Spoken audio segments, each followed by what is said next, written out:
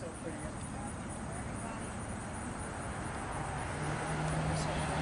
This is Charlie Stocker with Hey Garden Guy Charlie Stocker. I'm along with Carolyn Hagedorn, which is the nuts and bolts of this community garden on the west side of Evansville, across the street from Pierre Funeral Home. And I invite you to come here and see all that they're doing. Right now, in this video, this 3-minute video, we're going to talk about pollinators. And all vegetables have to be pollinated. Your tomatoes have to be pollinated, cucumbers have to be pollinated, and the list goes on.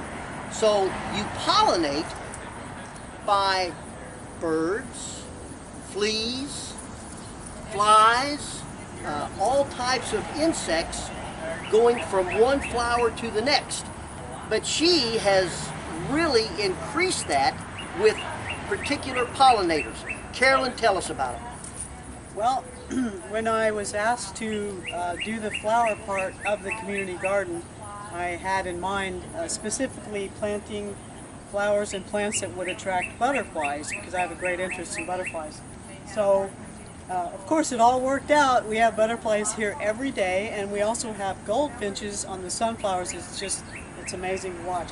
So, frequently, we will see black swallowtail butterflies who come and nectar or feed on the flowers. And then they come to our garden because over here we have dill planted in our small herb garden, and this is the host plant for the black swallowtail. So she comes over here and has her fill of nectar and sugar and gets all the food she needs, and she jumps over here and lays eggs on the dill. And she will look for the tender, soft dill leaves to put her egg, and she just does one at a time. It's amazing. One at a time, flying around. I watch this so I know what to look for. I know when she's doing it.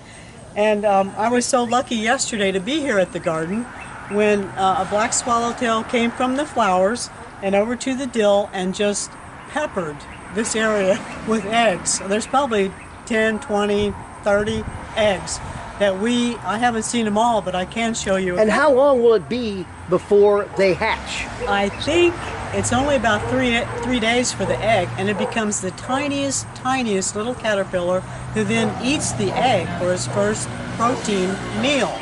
And I have a picture of that at home. So I just happened to be here, and she was working, and I just sat down and let her work around me. And she did. She'll fly away and come back. But then I went to check for some eggs, and I put this sign up because our dill is pregnant. So I went to look for some eggs, and they're highly visible right here. If you can see that, is slightly amazing. off-white little egg, that is a baby black swallowtail butterfly. And they do pollinate. Yes, they are great pollinators. The butterflies are great pollinators, and also flies, but we have to protect these little guys because there's all kinds of predators in the plants that want to eat the eggs. And down here we have, I think we have two on this. Yeah, here's one right here. Pardon my manicure. And they're all over on the small young plants. She peppered it.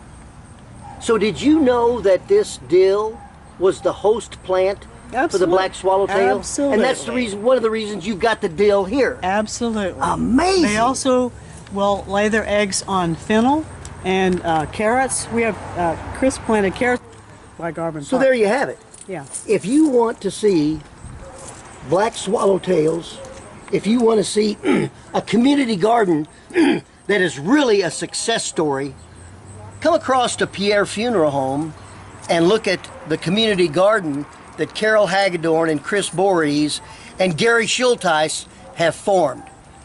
This is Charlie Stocker with Hey Garden Guy Charlie Stocker. Have a great day.